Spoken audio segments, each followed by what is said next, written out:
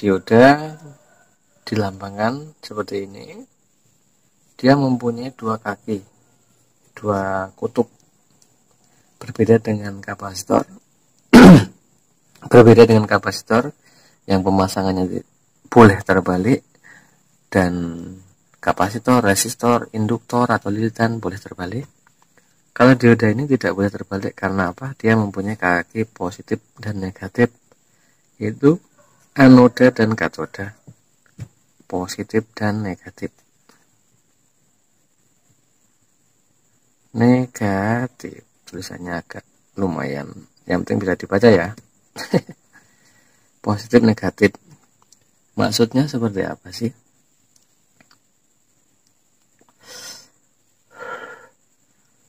Dioda penggambarannya seperti ini.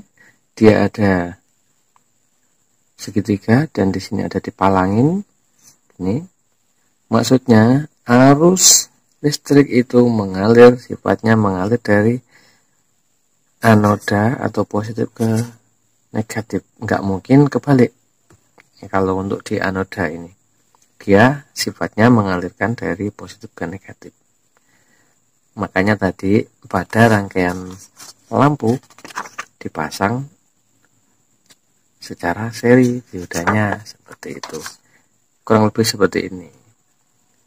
Secara seri arus atau ini lewatnya yang lewat segini, dia dari anoda ke katoda ke sini. Dia tidak akan bisa berbalik, nggak bisa akan berbalik ke sini, nggak bisa, karena di sini ada sekat. Gitu. Fungsinya seperti itu. Apa jadinya kalau seandainya rangkaian lampu tidak ada ini? Karena kita tahu listrik itu kan gelombang, gitu, kayak gelombang. Membalik apa ya bonyok. Kurang lebih ngono. Kurang lebihnya seperti itu. Jadi listrik tidak akan mungkin ketika kita aliri listrik di sini akan nilainya 0. Kita kasih sini berapa? 5 volt. Di sini akan 0 volt.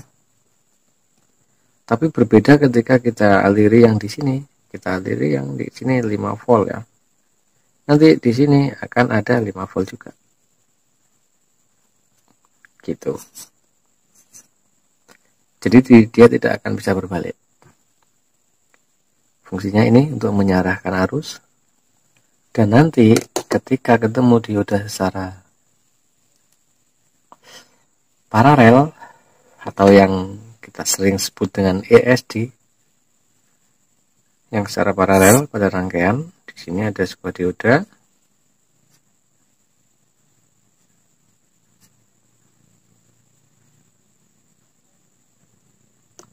Ini fungsinya yaitu untuk pengaman. Ini dioda kan satuannya ampere ya. Rata-rata di jalur-jalur jalur charger. IC charger di sini. IC charge. Di sini USB. Tegangannya biasanya berapa USB? Antara 5 volt kan kita ketemunya. Ya kan? Nah, ini dipasang sebuah dioda. Fungsinya apa? Ketika di sini ada berlebih atau lonjakan arus, maka pembatasnya ini akan jebol. Maka dioda ini akan bunuh diri. Dia akan jebol, maka si arus dari USB ini akan dibuang semua ke ground. Gitu. Nggak akan sampai ke sini dan si IC charge ini aman. Maksudnya seperti itu. Kan kita sering ketemu nih, ketika ngecas di mobil, waktu mobil dicas di starter itu kan ada lonjakan arus. Si HP di posisi dicas di mobil. Nah, terjadilah lonjakan arus. Das. Kalau seandainya nggak ada ini, nggak ada pengamanannya, maka otomatis dia akan langsung masuk ke IC charge atau komponen yang lainnya. Gitu. Kan akan akan merusak komponen yang lain. Berbeda ketika masih ada diodanya.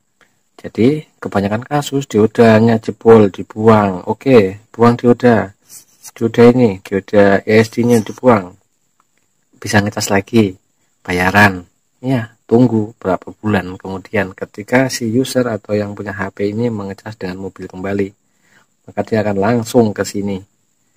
Itu. Masih beranikah melepas tanpa mengganti? Pertanyaannya kan seperti itu sekarang. Kalau kita tahu langkahnya seperti ini, kan bisa hancur gitu loh. Yang lainnya, komponen yang lainnya bisa hancur. Ini maksud dari dioda secara paralel, dilambangkan dengan huruf D, satuannya ampere. Nih maksudnya dioda ini ada dua. Makanya yang di awal ada sebuah akun yang menerangkan tentang dioda. Ketika dioda dioda sebagai penyara arus. Ada kasus handphone tidak bisa dicas, diodanya saya lepas dan handphone kembali normal. Saya jawab, enggak mungkin karena penyaros secara seri memutus. Kalau seandainya dilepaskan memutus rangkaian, yora. Nah gitu sekarang. Makanya kok apa ya, saya bikin video yang awal-awal itu penjelasannya ngawur, tapi nggak ada yang komen, nggak ada yang menyalahkan saya. Tapi kok dioda nggak bisa ngecas, dioda secara penyara arus, ketika tidak bisa ngecas diodanya saya lepas, akhirnya handphone bisa ngecas kembali. Kan lucu itu loh, bukannya saya menyalahkan, jadi lucu. Bukan saya menyalahkan, tapi saya ya mudah-mudahan kawan-kawan yang baru merintis usaha mengerti tentang hal ini. Jangan syukur buang, maksud saya seperti itu. Bukan saya menyalahkan, enggak gitu loh. Mudah-mudahan ya seperti ini bisa dipahami lah ya. Dioda cuma ada dua ini. Dioda ini mbahnya komponen. Kalau saya bilang nanti ketemunya kalau dioda digabungkan jadi dua, nanti apa jadinya, jadi tiga apa jadinya gitu, asal musal transistor itu. Makanya dioda ini mbahnya asal musal itu. Semoga bisa dipahami. Dioda seri untuk menyala arus, paralel untuk pengaman gitu. Ini yang akan bunuh diri kalau seandainya di sini terjadi lonjakan arus di sini, namanya ESD. Makanya kalau ketemu kasus handphone nggak bisa dicas, kita cek ESD-nya jebol, kita bilang bos ini habisnya 150. User tanya apanya masih rusak, kita jawab ESD-nya yang rusak. Dia nyantai aja, oke lah orang ESD-nya yang bermasalah kan gitu. Nah, berbeda kalau kita bilang apanya yang rusak, kita jawab diodanya yang rusak pak. Nah dia browsing dioda harganya cuma 1000 perak, marah dia 150 gitu. Kita ambil 150 padahal harganya cuma 1000 perak, mahal amat kan gitu.